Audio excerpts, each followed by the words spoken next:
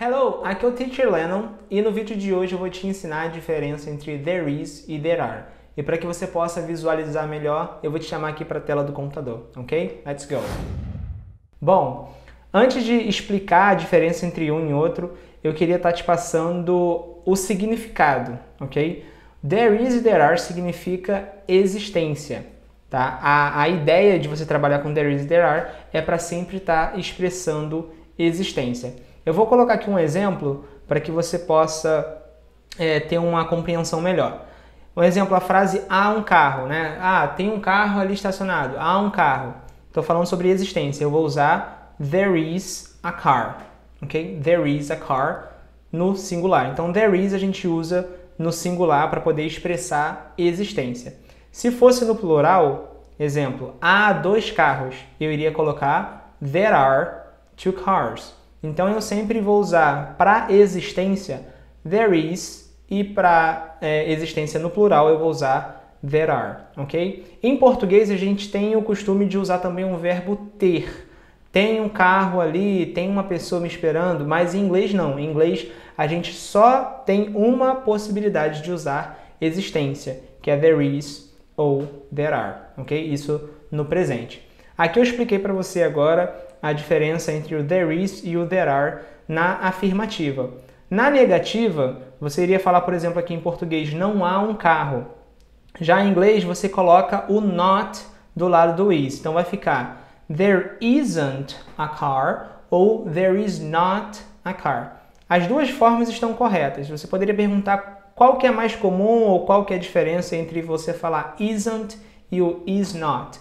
Bom, o isn't nada mais é do que a abreviação do is not.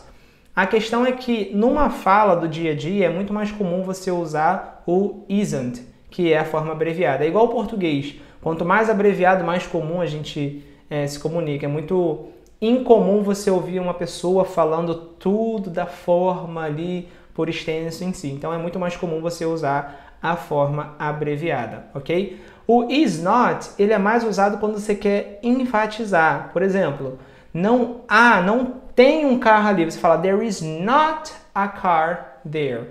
Então, a forma por extenso normalmente é mais usada quando você quer enfatizar, ok?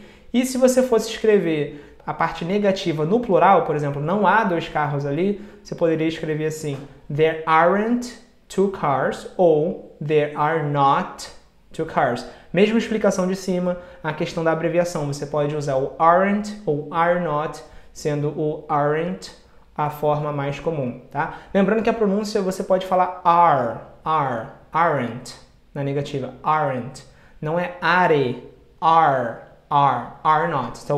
Então a gente iria usar there aren't two cars, ok? Então aqui a gente tem a parte afirmativa e negativa. There is, there are, there isn't, there aren't. E se você for usar para fazer uma pergunta, no caso a interrogativa, em português você simplesmente troca a entonação. Você fala, há um carro ali, e se você fosse fazer uma pergunta, há um carro ali, você simplesmente muda a entonação. Em inglês, além de você alterar a sua entonação, você também vai alterar a ordem. Ao invés de você escrever there is e mudar a entonação, você vai botar is there e vai colocar a entonação. Então, ao invés de você falar there is a car, você fala is there a car? Então você muda a entonação e coloca o is na frente da frase, ok? Mesma coisa se você for colocar a frase no plural. Então você falaria, por exemplo, há dois carros ali, ou há dois carros, você iria botar are there two cars e completa a frase com o que você quiser. Então, ao invés de você falar there are, você fala are there. Lembrando, então, que na interrogativa você só precisa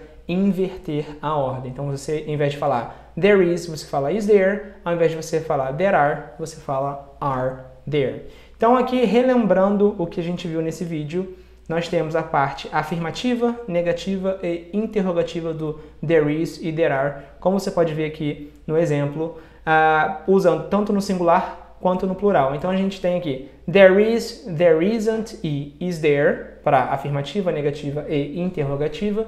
E there are, there aren't e are there. Então, sempre que você for usar uma frase, se você for construir uma frase no sentido de existência, você vai usar como está aqui, there is ou there are, ali para você expressar a existência no presente, ok? Então, você sempre vai estar analisando, primeiramente, a questão da existência. Se você quiser expressar a existência em inglês, você vai usar ou there is ou there are ali no presente. E a diferença entre os dois vai estar na questão do plural ou do singular. Você vai analisar, por exemplo, se tiver escrito person, você vai usar there is. Deixa eu escrever aqui person, seria uma pessoa. O plural de person seria people. Então, se você visse uma frase, complete com there is ou there are. Se está escrito person, você iria falar there is. Se tivesse escrito people, você iria usar there are. Então é basicamente isso. Você precisa saber a diferença entre o singular e o plural para poder estar aplicando o there is e o there are. Ok? Então esse é o nosso vídeo de hoje, a diferença entre there is e there are. Não se esqueça de trocar a ordem quando você for fazer uma pergunta.